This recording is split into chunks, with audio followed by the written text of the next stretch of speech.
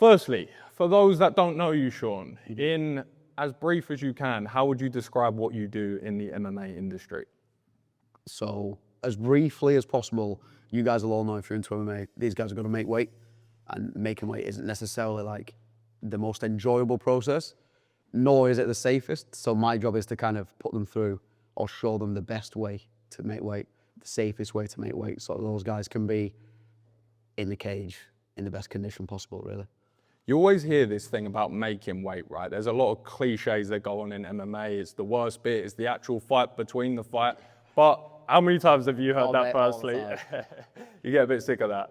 You know what? I've spoken to a few fighters and they always go, "Oh, the hard part's done now, the easy bit's the day later." And I'm like, no, that's not how it should be. Like the fight is well hard. Yeah. The weight cut should not be like harder than the fight, you know what I mean?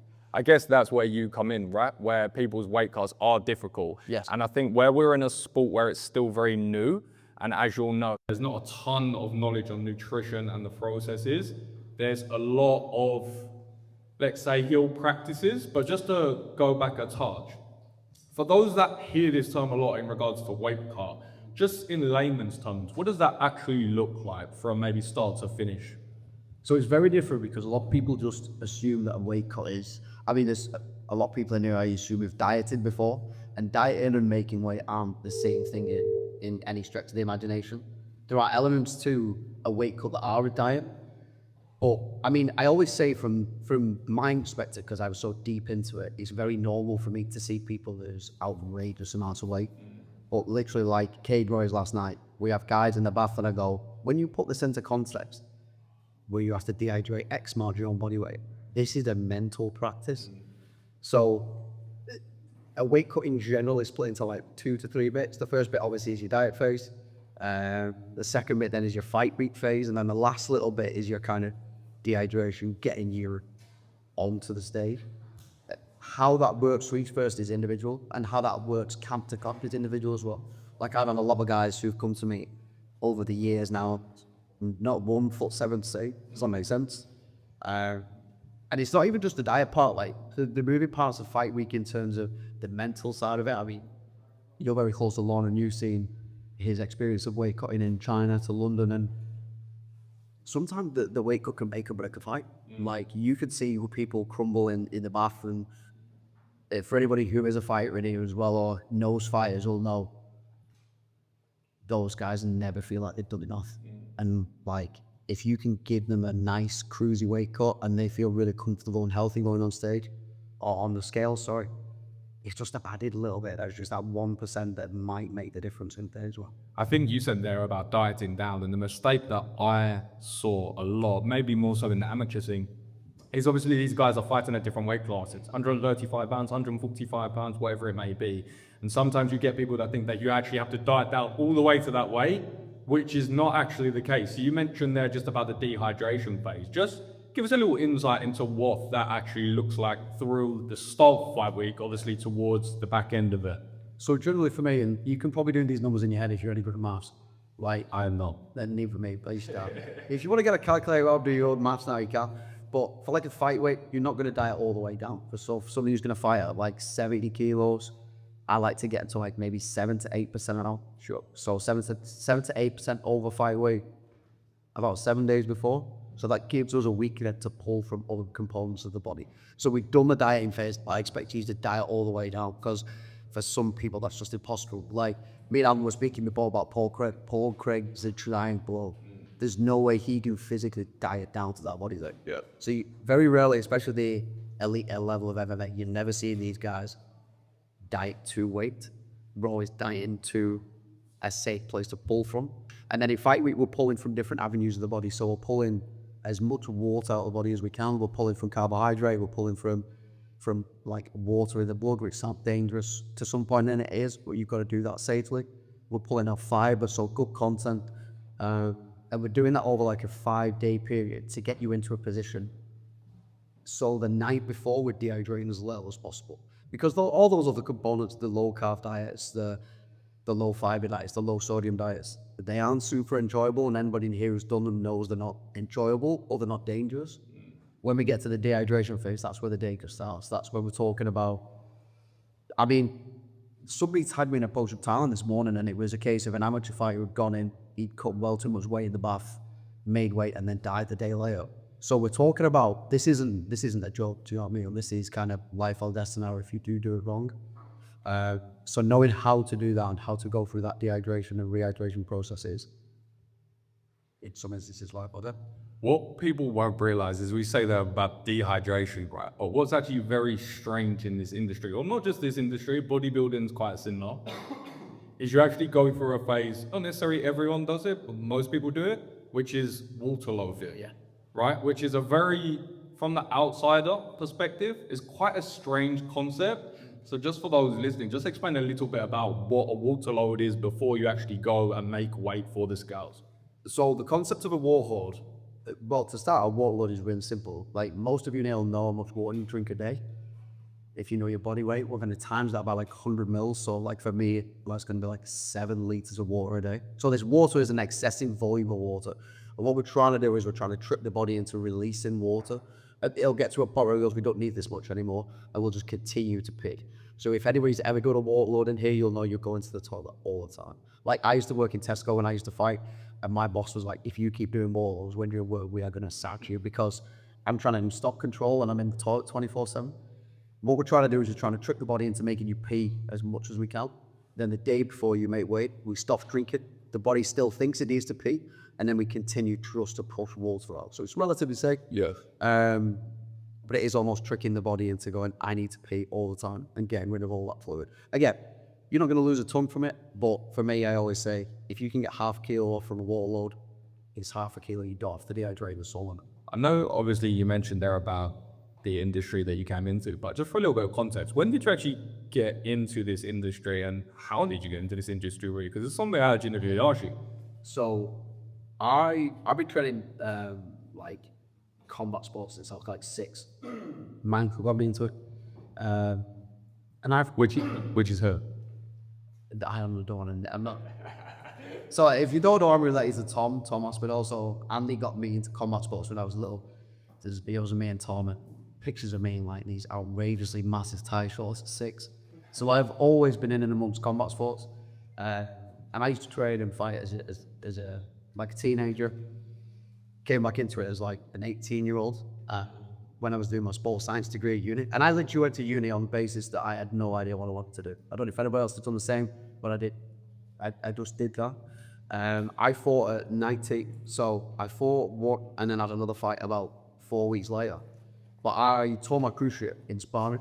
And if anybody's ever done the cruciate, you know, you're out for, I was out for 18 months. Yeah. Some guy stepped in on my behalf to make weight for that fight because it was such a short notice. Made weight, ended up in hospital. And I was like, damn, there's got to be a proper way to do this. Because at the time, when I would make it weight, my fight week diet was a rotisserie chicken a day and 10 liters of fluid. I was starving hungry. It was amazing. My kiddies were in agony, and I was like, you know what, there's got to be a better way of doing this. Now, I'm quite old, so at the time, there was like nothing involved. So I went to uni then to do a master's in nutrition.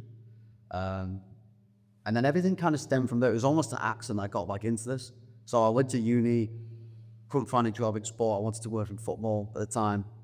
And getting back into fighting, moved to Wales, and then everything just snowballed. Bizarrely, at the time that Tom got into the UFC, I got like fully into nutrition. And then everything just kind of merged for a moment, just kind of become what it is now. And just touching upon there, just for a little bit more context as well. Andy Aspinall, sometimes people know him just as Tom's dad, but this is very much a pioneer in the sport as well. I believe he was actually the first black belt in the UK. First black belt in the UK. Yeah. Yeah. He used to, and I don't think he'll tell anybody this, but he was a self-taught black belt as well, which is bizarre as a concept. And he used to get the old VHS tapes, and he used to put the VHS tapes in and watch it, and him and Tom used to practice what he used to watch on the VHS tapes. And he was like a mix of BJJ and other arts forms taken from it.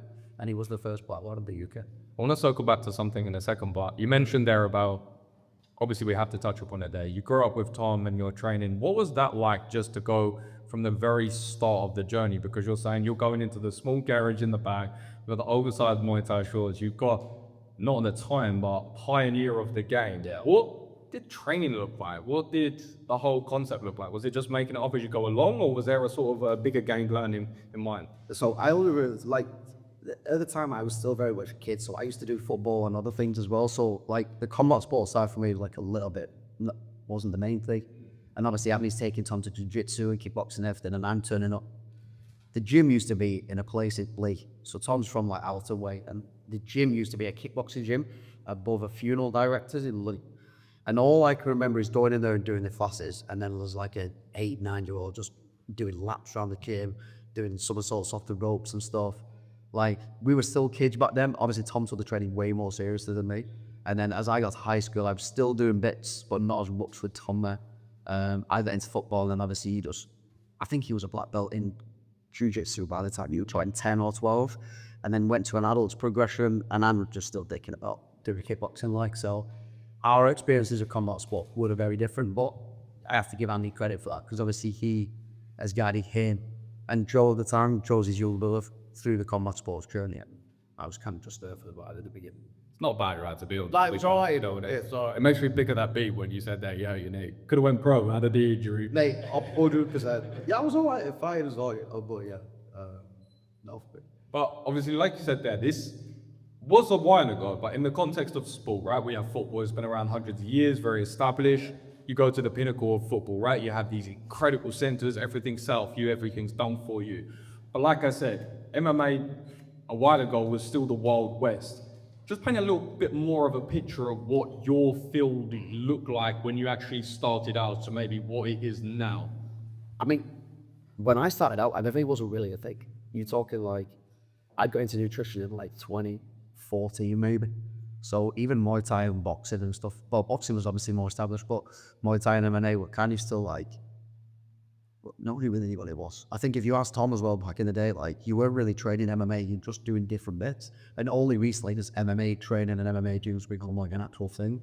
So, I mean, still to this day, if you go back to the research and stuff, like, the newest research that you could find was like 2012 on combat sports, which, considering where we're at now, you've got to think the progression of where it was to where it is now has been so fast, and the rise of the UFC and the rise of everything else, like, the trajectory it's on is insane, but with it is a massive learning curve as well. Like, for me, I'm quite like what do you call it when you go to like school stuff? Intellectual? I don't know. But I think, like, what we're good in the books, like, and for me it was all right because I could pull it from other things, but you were pulling from other sports to kind of make up what this combat sport diet should look like. Now we've got a better framework, but there's still so much to know. Like, we still don't know the effects of the long-term effects of health on weight cuts. We don't know the long-term effects of these dehydration periods or kidney health. We don't know the effects of like shots on the brain. We don't know a lot of these things. And eventually 10 years down the line, we're going to find out, and whether that's for the better or not, I don't know. So it's kind of all about doing as best practice we can with what we've got now. And to be honest, I think this, you guys are seeing, for anybody who's been in MMA will know, it is getting way better. Like, you'll see it from even for Swan's experience, your example. Having somebody who kind of can guide you in the right direction makes the risks a lot less. So still a lot of months to do so. We spoke earlier, and I said that I was actually in the fitness industry for a little while, right? So the nutrition is obviously a big part of that. It's not quite the same.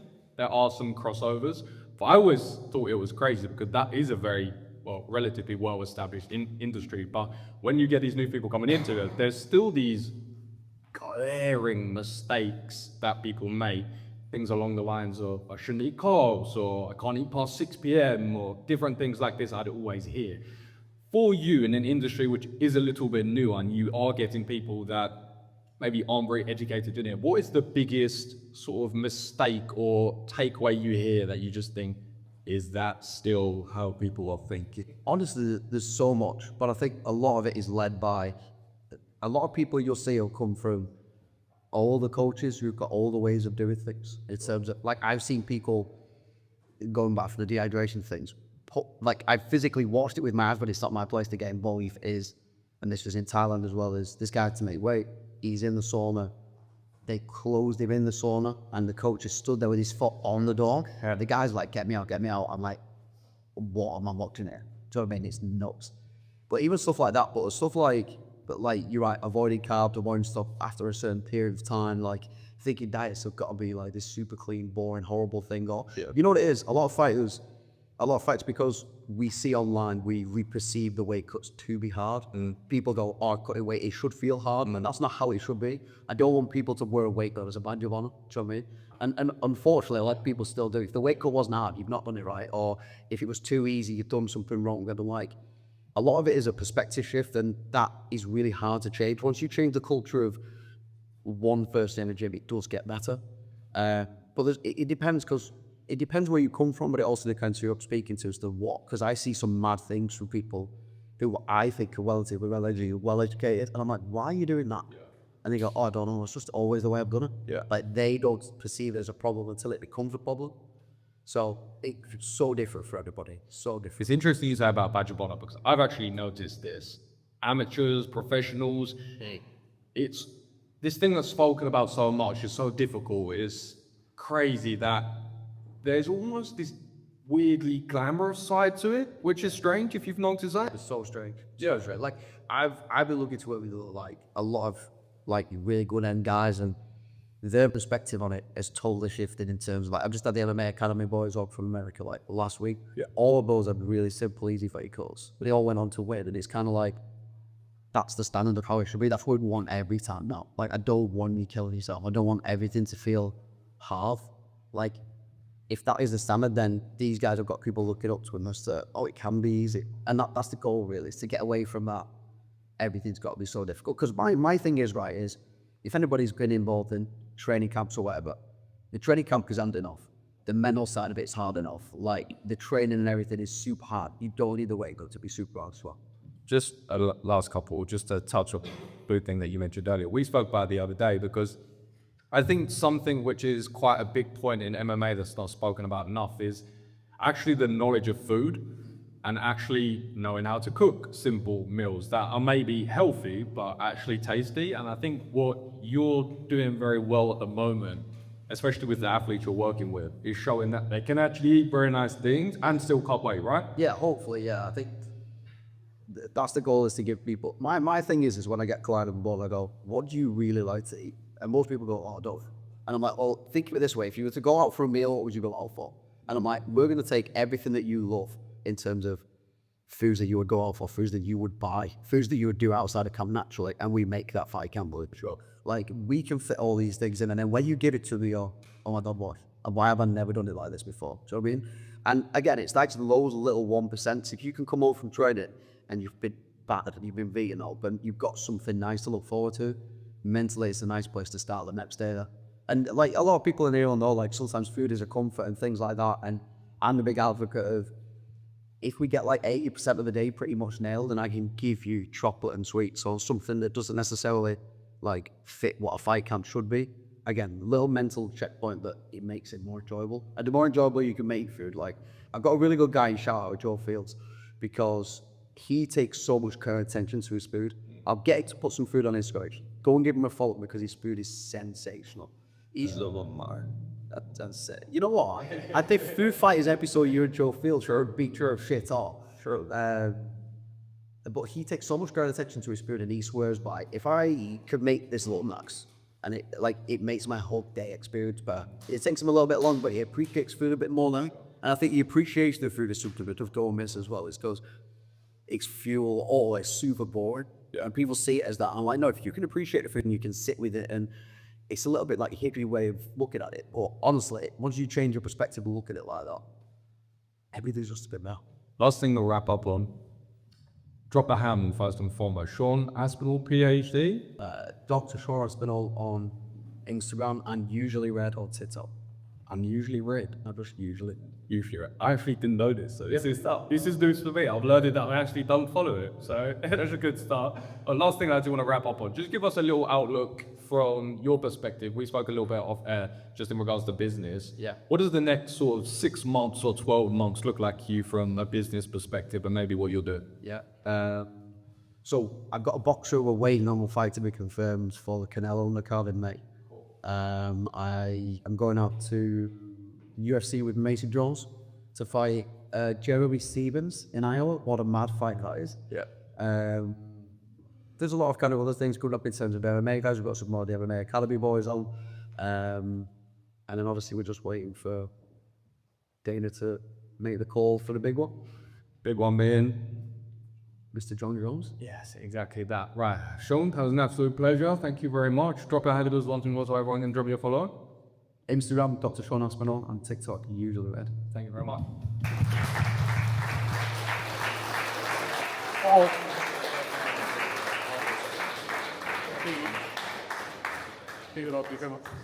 We'll give you a couple of minutes, just have a little breather, and then we'll get Mr. Adam Lusby involved. Thank you. Up on